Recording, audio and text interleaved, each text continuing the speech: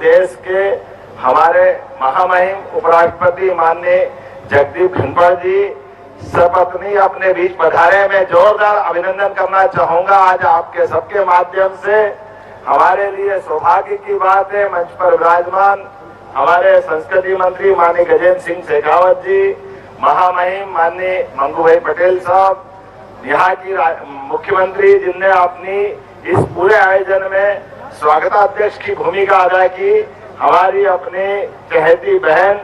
रेखा गुप्ता जी, माननीय मुख्यमंत्री दिल्ली शासन। इस अवसर पर हमारे ऐसे सभी राष्ट्रवादी कार्यों के लिए लगातार मार्गदर्शन देने वाले माननीय भारतीय जनता पार्टी के वरिष्ठ नेता और हमारे मार्गदर्शक माननीय शिव प्रकाश जी भाई साहब, मंच के सामने उपस्थित सभी दिल्ली प्रशासन, दिल्ली शासन, मध्य प्रदेश शासन के सभी माननीय मंत्रीगण, अधिकारीगण, सभी आमंत्रित अतिथिगण, पत्रकार साथियों, भाइयों और बहनों, मैं आज के इस अवसर पर यहाँ बोलने के बजाय एक ऐसे शासक ने जो 2000 साल पहले इस बात के लिए इकबाल ने कहा है कि कुछ बात है कि हस्ती मिटती नहीं हमारी, ये यूनान,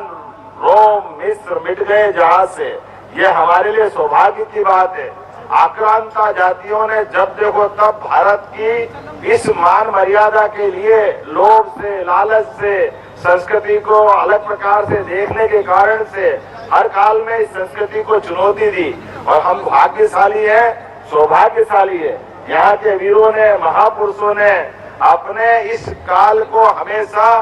भारत की आन बान शान को लगा करके दुनिया के सामने उस तथ्य को स्थापित किया, जिसके कारण से इस बात के लिए कहा गया है कि इस संस्कृति का कभी अंत नहीं हो सकता है। ये सदैव सनातन संस्कृति अपनी धारा की, गंगा की धारा के तरह ऐसे उज्जवल धवल नीरा की तरह बहती रहेगी। विक्रमादित्य का वो काल, शक की वो उस समय की बिल्कुल आतताइयों की भी सीमाओं को पार करने वाली एक अपराधी जाति ने पूरे देश को, पूरी दुनिया को आतंकित किया। हमारे लिए सौभाग्य की बात है, विक्रमादित्य ने अपने तलवार के बलबूते पर न केवल पूरे देश को सुशासन में बदला, बल्कि देश से आगे जाकर भी शासन की व्यवस्थाओं के बलबूते पर समूची मानवता को धन्य करते हुए सुशासन के सारे तंत्र को पुनर्स्थापित किया और एक नहीं सभी गुणों से युक्त होकर के शासक का कैसा दायित्व हो सकता है,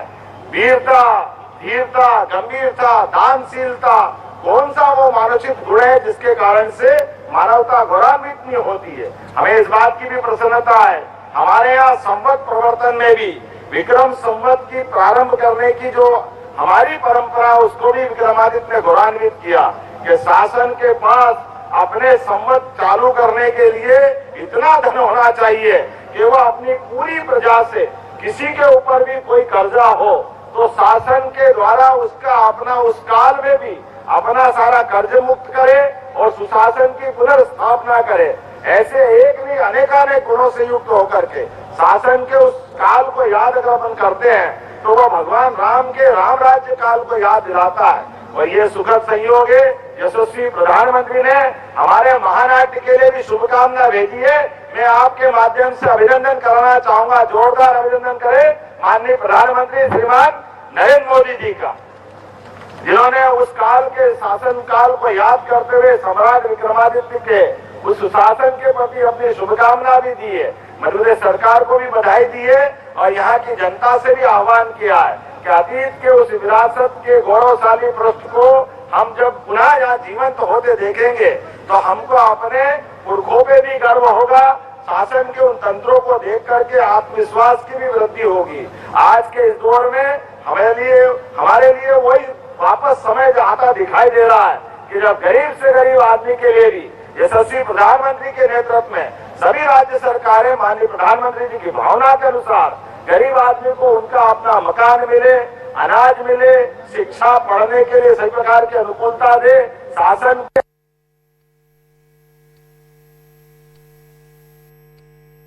अनुरोध करती हूँ श्री विष्णु मित्तल जी। द्वीप की ज्योत के साथ समारोह की आत्मा में प्रेरणा का संचार करने हेतु स्वस्ति पाठ।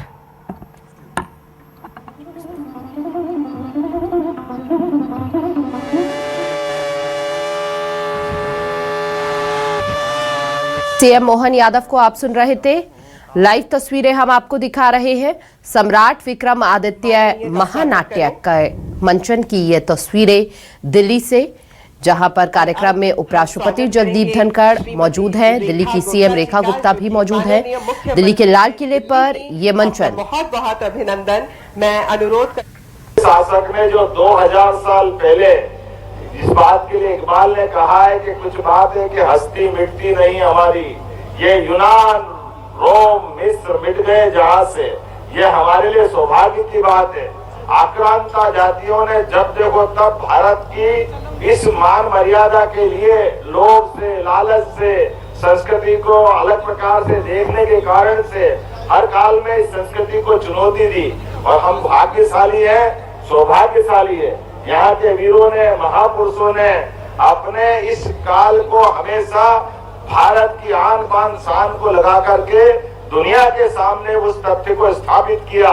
जिसके कारण से इस बात के लिए कहा गया है कि इस संस्कृति का कभी अंत नहीं हो सकता है। ये सदैव सनातन संस्कृति अपनी धारा की, गंगा की धारा के तरह ऐसे उज्जवल धवल नीरा की तरह बहती रहेगी। विक्रमादित्य का वो काल, स्वर्ग की वो उस समय की बिल्कुल आतताइयों की भी सीमाओं को पार करने वाली एक अपराधी जाति ने पूरे देश को, पूरे दुनिया को आतंकित किया। हमारे लिए सौभाग्य की बात है, विक्रमादित्य ने अपने तलवार के बलबूते पर न केवल पूरे देश को सुशासन में बदला, बल्कि देश से आगे जाकर भी शासन की उन व्यवस्थाओं के बलबूते पर समूची मानवता को धन्य करते हुए सुशासन के सारे तंत्र को पुनर्स्थापित किया। और एक नहीं, सभी गुणों से युक्त होकर के शासक का कैसा दायित्व हो सकता है, वीरता, धीरता, गंभीरता, दानशीलता, कौन सा वो मानसिक गुण है जिसके कारण से मानवता गौरवान्वित नहीं होती है। हमें इस बात की भी प्रसन्नता है, हमारे यहाँ संवत प्रवर्तन में भी विक्रम संवत की प्रारंभ करने की जो हमारी परंपरा, उसको भी विक्रमादित्य ने गौरवान्वित किया कि शासन के पास अपने संवत चालू करने के लिए इतना धन होना चाहिए कि वो अपनी पूरी प्रजा से, किसी के ऊपर भी कोई कर्जा हो तो शासन के द्वारा उसका अपना उस काल में भी अपना सारा कर्ज मुक्त करे और सुशासन की पुनर्स्थापना करे। ऐसे एक नहीं अनेकानेक गुणों से युक्त होकर के शासन के उस काल को याद अगर अपन करते हैं तो वह भगवान राम के राम राज्य काल को याद दिलाता है। और ये सुखद संयोग है, यशस्वी प्रधानमंत्री ने हमारे महानाट्य के लिए भी शुभकामना भेजी है। मैं आपके माध्यम से अभिनंदन कराना चाहूंगा, जोरदार अभिनंदन करें माननीय प्रधानमंत्री श्रीमान नरेंद्र मोदी जी का,